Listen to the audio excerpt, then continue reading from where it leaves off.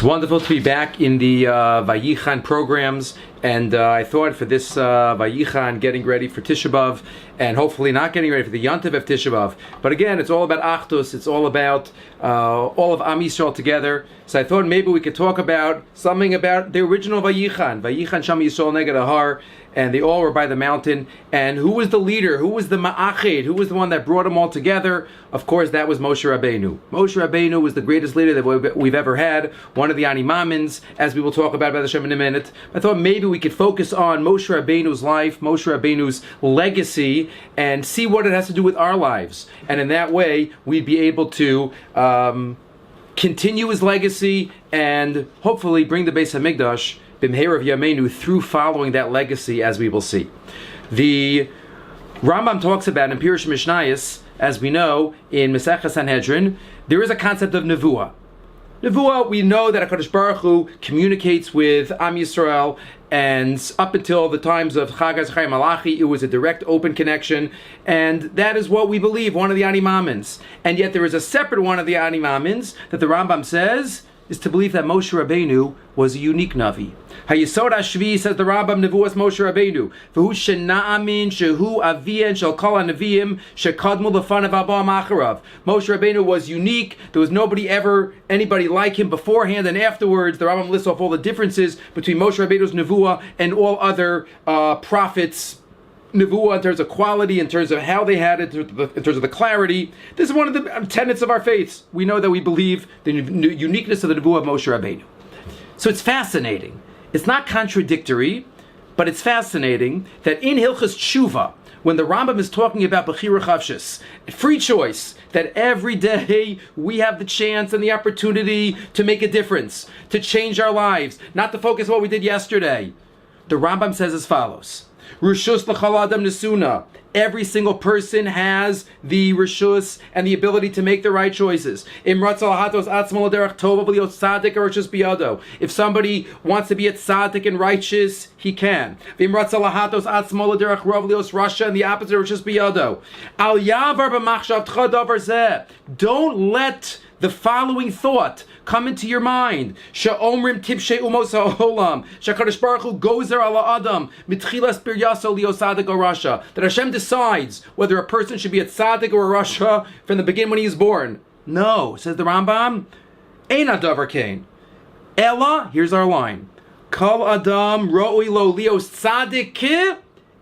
Every single person can be a tzaddik like.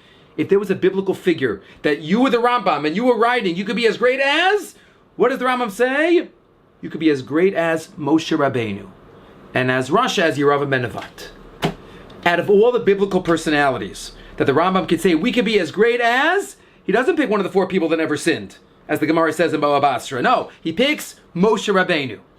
So even though it's one of the Ani Mamins that we believe that Moshe Rabbeinu, his nevuah is different and unique in quality, but we could be as great as Moshe Rabbeinu. And of course, the Rambam is emphasizing, not in terms of nevuah, in terms of prophecy, we know that Moshe Rabbeinu is unique and different, but in terms of our fulfilling our potential, in terms of our taking the kochos that Hashem has given us and bringing it to the next level and making it fulfilling as much as we can, in terms of that, we could be like Moshe Rabbeinu. So let us then, for the next few moments, think about Moshe Rabbeinu. Think about his life. Think about his legacy. Think what we can take from his life into our life to bring us together and celebrate Vayichan, like the first Vayichan took place, Neged Ahar. So we will celebrate that, hopefully, each and every day of our lives. So let's start with the beginning. And as we'll see, Be'ezus Hashem, 3 elements of Moshe Rabbeinu's personality. 3 elements.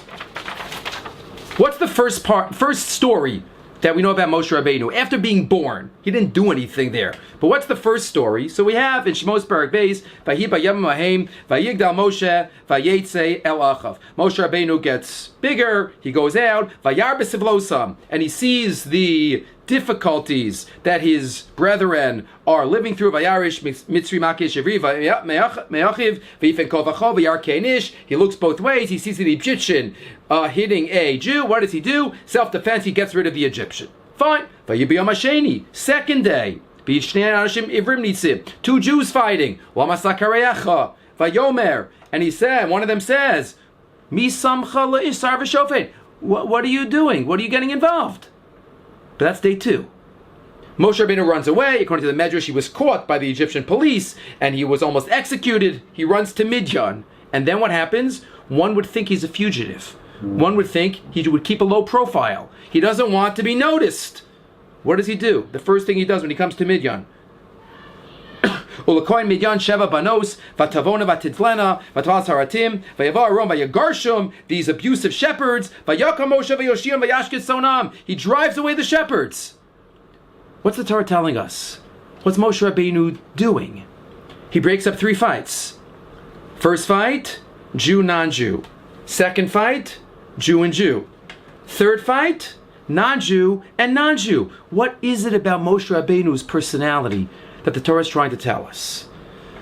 Moshe Rabbeinu cannot stand idly by when there's an injustice being committed. If somebody's in need, if there's an infraction against justice, against Yashrus, Moshe Rabbeinu has to get involved. He can't stand idly by. It doesn't matter if the whole world is doing one thing. Moshe Rabbeinu is going to stand up for what he knows is right. He's going to go out and protect the Jew against the Egyptian. He's going to protect the Jew, the Midianite girls from the abusive shepherds in Midian, because Moshe cannot stand on the side. Moshe Rabbeinu is someone who has to get involved because he answers to a higher authority. He does what's right because he knows that's right, and it doesn't matter what anybody else is doing.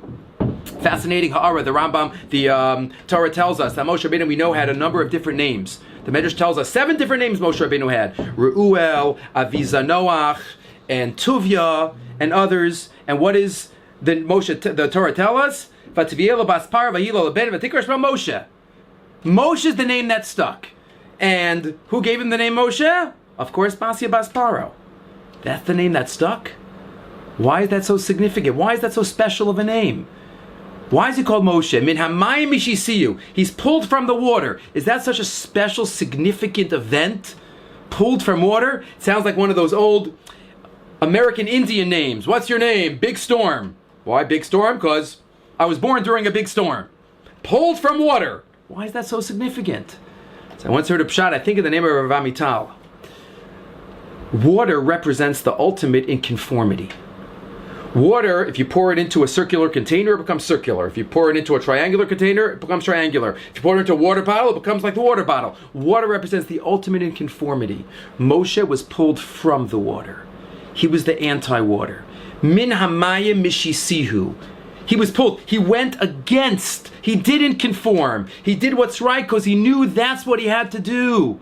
Moshe Rabbeinu was min hamayim mishisihu. He had to get involved because he was a man of justice. He stood for what he believed in, and that's what he had to do. And it doesn't matter what everybody else is doing.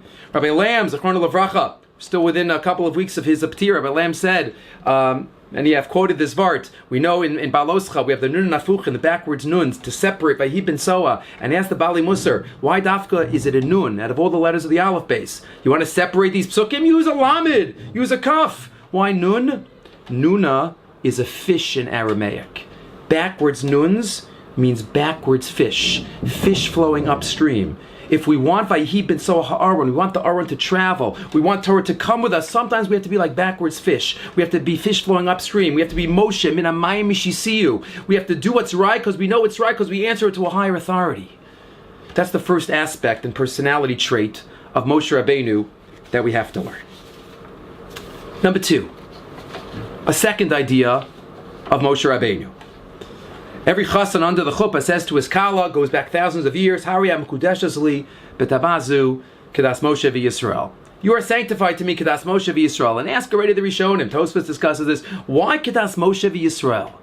Why do we mention Moshe Rabbeinu dafka in this mitzvah? We do everything kedas Moshe v'Yisrael. We shake a lulav kedas Moshe v'Yisrael. We blow shofar kedas Moshe v'Yisrael. Why dafka this mitzvah, this ceremony kedas Moshe v'Yisrael? The Ibn Ezra, the last line of the Ibn Ezra in Parshas Mishpatim, has the following comment. The pasuk says at the end of Parachav Dalid, pasuk Yudches, Vayava Moshe betoche anan vayal hahar. Moshe Rabbeinu goes into the cloud, goes up on the mountain. Vahi Moshe bahar arborim yom arborim laila. Moshe Rabbeinu is on the mountain 40 days and 40 nights. Says the Ibn Ezra, one of the great Rishonim, Lechem lo achal umayim lo shasa Ze pele gadol lo niya kamo lefanav. This is an unbelievable miracle. There's never been anything like this in the history of the world. Didn't eat, didn't drink 40 days and 40 nights. So if you think about it, that was an amazing miracle. Moshe Rabbeinu didn't eat, didn't drink, didn't sleep, 40 days and 40 nights. But that was the greatest miracle ever? Kriyas Yamsuf, Makas Bechoros, walls of Yericho. There were many great miracles that have taken place. What's the Ibn Ezra emphasizing? That this was Pele Gadol Lo Niya Kamo Lefanav. What's he emphasizing? So I heard in the name of Rav Kreisworth, the Medrash tells us at the end of Dvarim, Moshe Rabbeinu, it was his 120th birthday, and HaKadosh Baruch Hu says, it's time. And Moshe's bargaining. Amar Moshe Levanei HaKadosh Baruch Hu, Ribono Shel Olam, Imein atam machnus oti l'Eretz Yisrael, haniach oti kechayos hasada. Let me be an animal. Let me be a bird. Give me 10 minutes, 5 minutes, 2 minutes. Let me just be an animal that flies around a little bit. Please, let me just do something. Don't take me yet. And he begs for a little bit more time, and a little bit more time, until ultimately HaKadosh Baruch Hu says, you can't have 10 minutes, you can't have 5 minutes, you can't even be a bird. What does this Medrash reflect? Moshe Rabbeinu, more than any other person in history, recognized the value of time, recognized the value of every moment that we could accomplish, we could do something. We could take those moments with us. Ba Bayamim. Moshe Rabbeinu recognized that. That's why he was bargaining for an extra minute. And yet, says Rav Kreisworth, Moshe Rabbeinu was ready to give up 40 days and nights of his life, which ended up being 120 days and nights of his life. Because he wasn't human during those days. He wasn't eating, drinking, sleeping. He was an angelic. He was ready to give up all those days for the good of his fellow Jews, for the good of Klal Yisrael, to bring the Torah down. That type of Mesiras Nefesh, that type of giving for a fellow Jew, Lo Niya Kamo Lefanav. There's never been anything like that in the history of the world, where somebody gave of himself, of his essence, someone who had such recognition of who he was and the value of every moment, and he said, I'll give it away for the good of Klal Yisrael. That's something, says the Ibn Ezra, which is unbelievable, Lo Niya Kamo Lefanav. And we know he didn't only have it for fellow Jews. The story, the Medrash and Parsha Shmos, how did he get to the sneh? A little one of his sheep, started running away, and he runs after him. He finally catches him, and he realizes, oh, you must be so tired and thirsty. He puts the sheep. A sheep is not such a clean animal, smelly. Puts it on his back, walks around, walks back. Moshe Rabbeinu had a love for his fellow Jew, love for his fellow creations.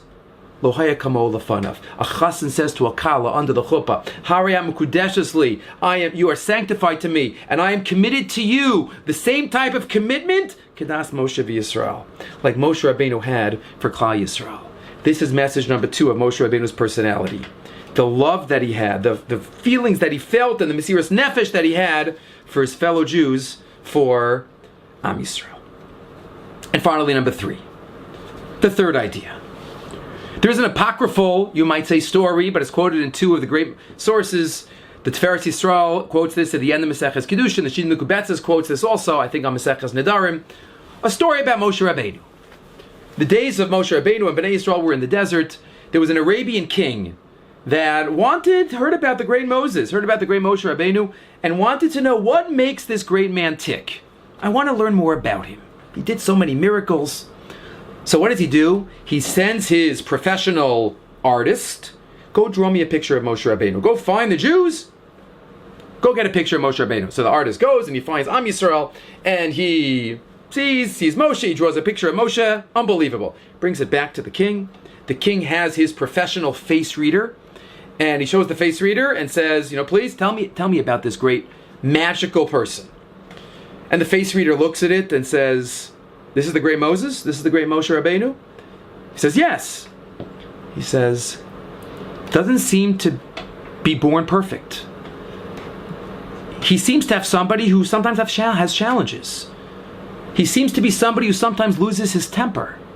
What are you talking about? This is great Moshe Rabbeinu. He says, I'm just telling you what I see in the face. It seems to be somebody who is not perfect from birth. He says, somebody must be wrong. Either the artist didn't draw right, or the face reader is messing up. When you want a job done correctly, you have to do it yourself. So the king goes on his horse, on his chariots, he goes to find Bnei Yisrael, and he finds them, and he sees Moshe Rabbeinu, and it's exactly as it was in the picture. And he turns to Moshe Rabbeinu and says, can I ask you something? He says, yes. He says, I have a face reader, I have an artist, I've heard great things about you. So how do you explain? Moshe says, Elu ve'elu, De'er Elokim Chaim. They're both right. You think I was born perfect? You think I have no challenges in my life? It's a lifetime of working on oneself. It's a lifetime of taking the package that HaKadosh Baruch Hu has given you and then going from there. And then using it to perfect oneself. It's a great thought Rabbi Frand has in one of his Svarim. When Moshe Rabbeinu was bargaining with HaKadosh Baruch Hu, I don't want to go to Mitzrayim. I don't want to go to Mitzrayim. And he says, they don't deserve it, and all the different excuses. Finally, he says, Hashem, I can't be the leader. Why? I have a speech impediment. I can't talk properly. That should have been it. What should the next pasuk be in the Torah? And HaKadosh Baruch Hu says, abracadabra, boom, no more speech impediment. Moshe's healed. It's not what it says. What does the pasuk say? And HaKadosh Baruch Hu says to Moshe, don't worry about it, I'll be with you. What do you mean, don't worry about it? I'll be with you. Just heal me. Why didn't Hashem heal Moshe Rabbeinu? Because the godless of Moshe Rabbeinu and the message Hashem was giving to Moshe and to us was that to be the world's greatest leader, one doesn't have to be born perfect. And one doesn't have to have all the God-given perfection skills. And that's it. No. With the speech impediment and with the challenges, Moshe Rabbeinu, with your kfat peh, you could do it. Because that's what our greatest leaders are. They had their challenges. The famous letter of Rav Hutner to a Talmud about the Chafetz Chaim, as he writes, who knows how many milchamos and nefilos and challenges the Chafetz Chaim had in the areas of Lashon Hara v'chulu. Moshe Rabbeinu teaches us to be the world's greatest leader doesn't mean you have to be born perfect. It means you have to work on yourself, you have to perfect ourselves, to take what HaKadosh Baruch Hu has given us and make the best of it, and use it to the best of our abilities. So Moshe Rabbeinu teaches us, if we put it all together, 3 personality traits that we have to try to learn and inculcate. Number 1, he was the anti-water. Min hamayim mishisiyu. He did what was right because he knew this is what you have to do. And this is what HaKadosh Baruch Hu wants. And he got involved in 3 different fights because he answers to a higher authority. And this is what I have to do because he's a man that can't stand on the side if an injustice is taking place. Number 2, he has a love for every fellow Jew. He has a love for Am Yisrael. And he's ready to be Moser Nefesh so many days of his life. Giving up of doing mitzvahs. He's getting the Torah. But he's not a human being during those days. Giving the Torah down. Harayim Kudesh Likdas Moshe Yisrael. That's the type of commitment that every chassan says to a kala. And that's number 2. And number 3, he worked on himself in order to perfect his own religious personality. To be able to take what HaKadosh Baruch Hu has given him and make the most of it. And make the most out of it. If you think about these 3 ideas, maybe it could all blend into one. The Gemara tells us in Baba Kama on Daf Lamed, Haiman de Boilam Evi Chasid, if somebody wants to be righteous, what should they be oseikin? So the Gemara has 3 possibilities, 3 opinions. L'kayim mili de nezikin, Rav Yehuda says, to fulfill nezikin, interpersonal damage laws.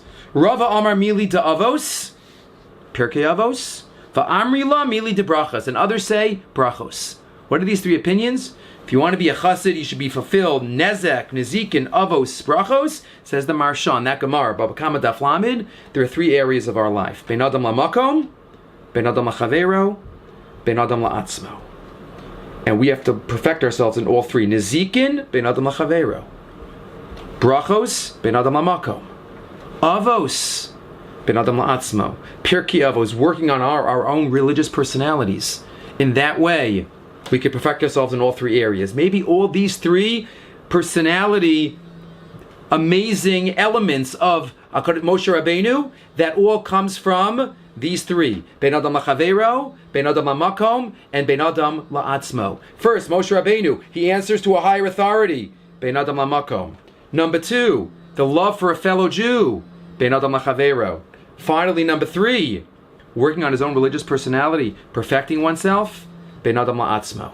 Right? And those 3 is what Moshe Rabbeinu teaches us. Why does the Rambam, getting back to the beginning, the Rambam in Hilchos Tshuva, why does he tell us that you could be as great as Moshe Rabbeinu? Why does Dafka pick that? Because Moshe Rabbeinu, maybe out of all the personalities in all of Tanakh, he's the one that teaches us Ben Adam Lachavero, Ben Adam Lamakom, and Ben Adam la'atzmo.